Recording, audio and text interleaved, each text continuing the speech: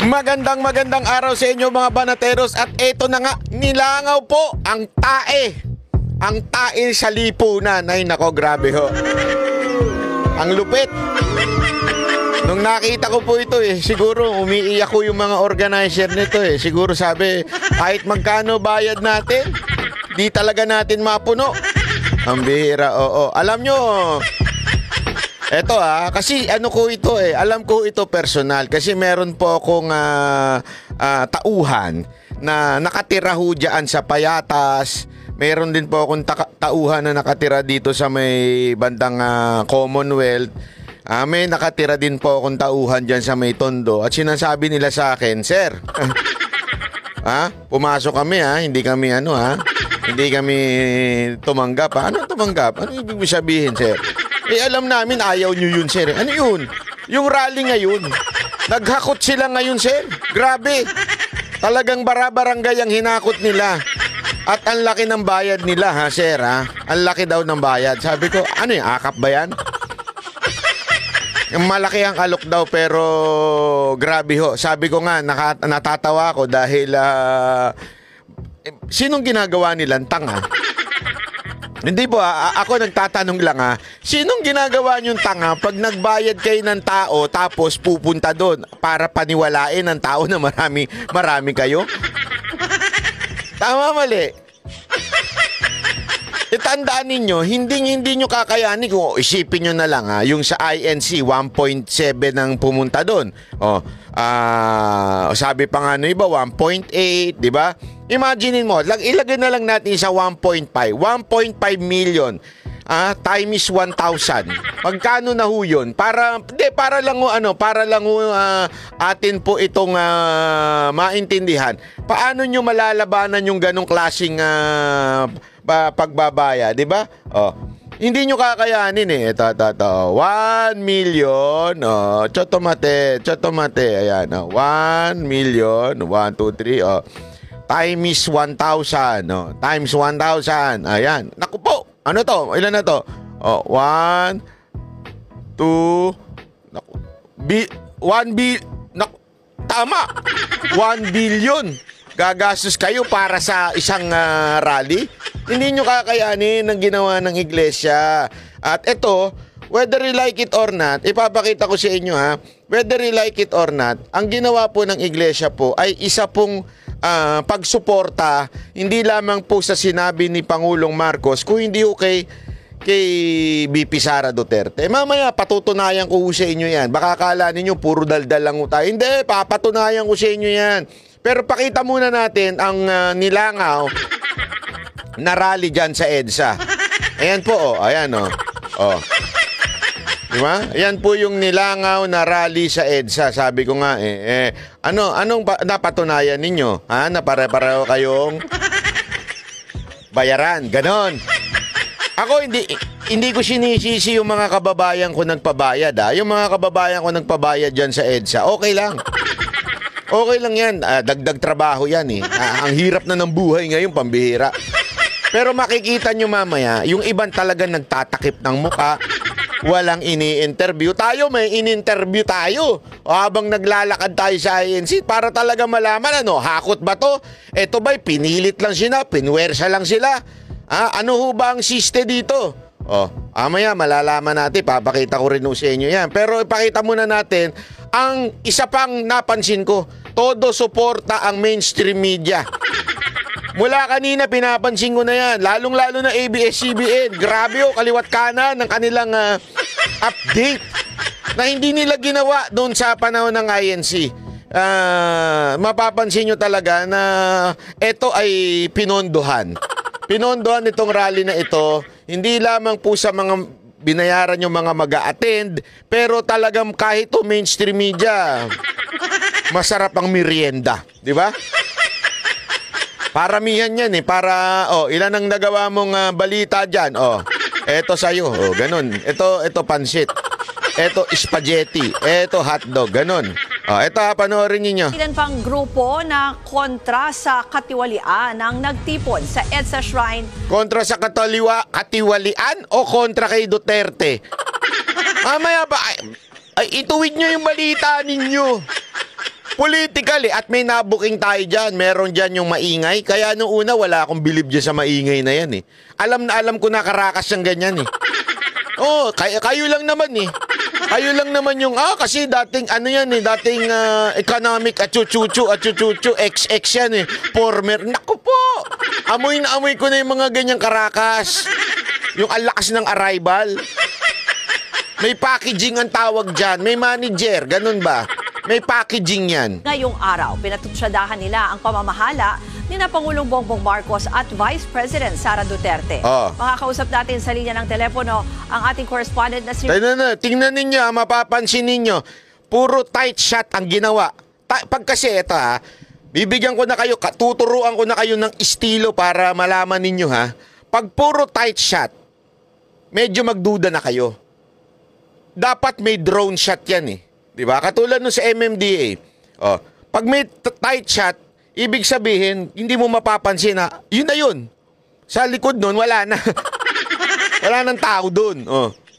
Ganun ang tight shot. Para uy, ang daming tao. Parang ganun ang datingan. Diba? Optics yan, ika nga. Rainiel Pawid. Rainiel, ano bang sitwasyon dyan at marami ba ang nakisali sa rally? Ruth, 80 grupo nga mula sa mga sektor. 80 grupo. Tingnan ninyo tingnan niyo yung mga grupo. Resign all. Hanginan yan. Every after ng live ko, sinasabi ko sa sarili ko, babawasan ko na yung pagmumura.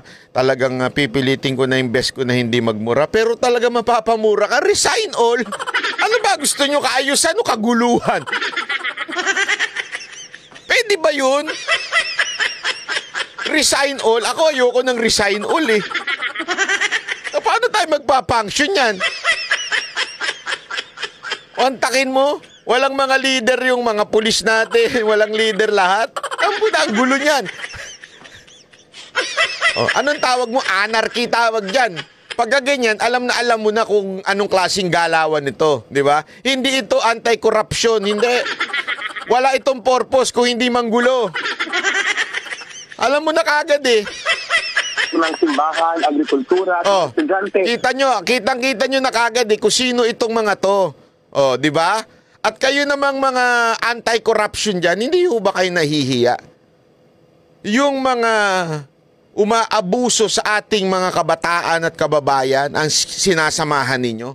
Ako talaga, mangyari na ito, pero ayokong mangyari ito Pero kunwari, meron akong dadaluhang rally ng Duterte, tapos may dumating na mga makakaliwa.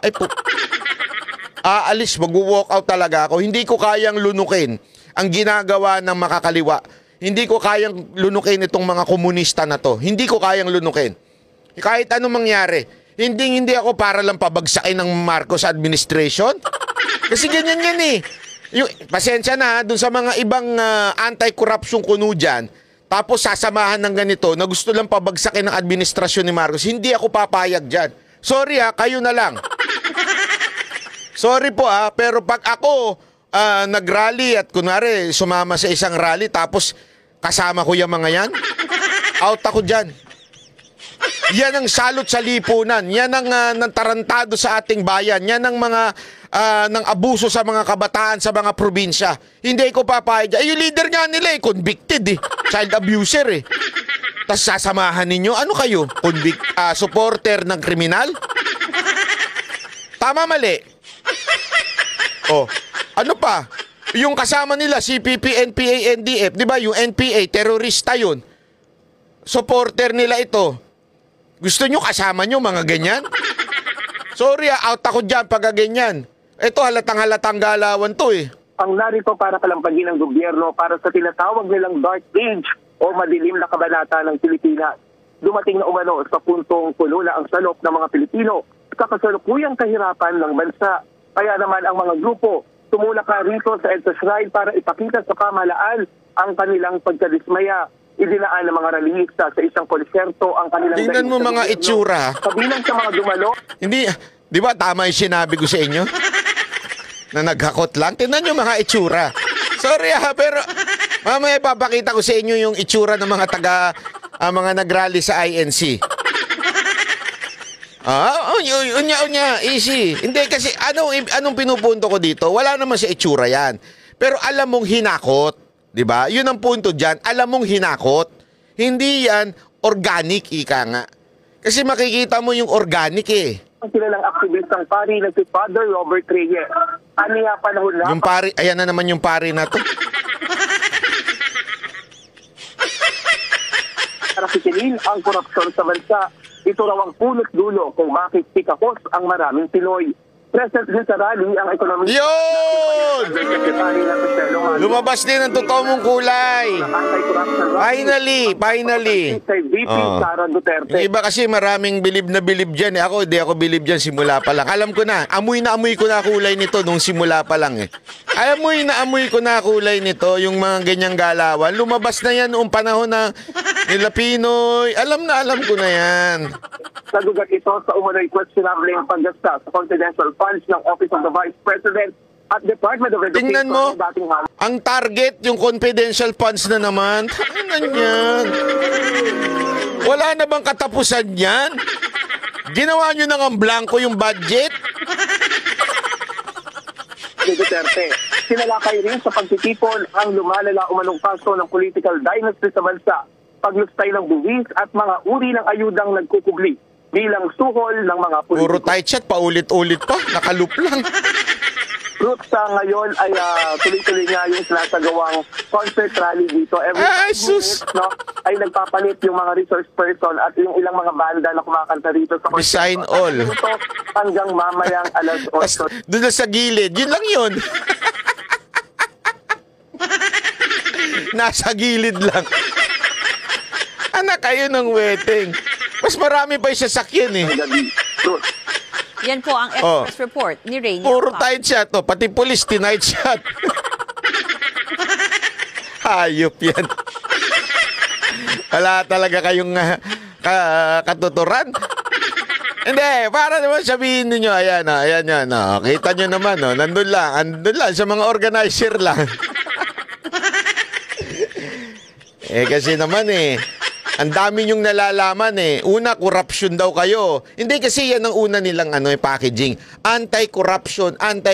Pero lumabas ang totoong kulay ninyo na hindi ito anti-corruption. Ito'y anti-Duterte. Anti-BP Sara Duterte. Huwag na tayo maglukuhan. Di ba? Anti-corruption pa kayo. Banat Bay, ipakita mo nga yung sa INC para malaman natin kung ano ba yung talagang tunay na marami. Ayan, Ito, kita nyo naman ng pagkiling ng Philippine Star. Yung umaga, 700,000 lang daw. Yan daw ang 700,000. Ito pa, yan daw 700,000.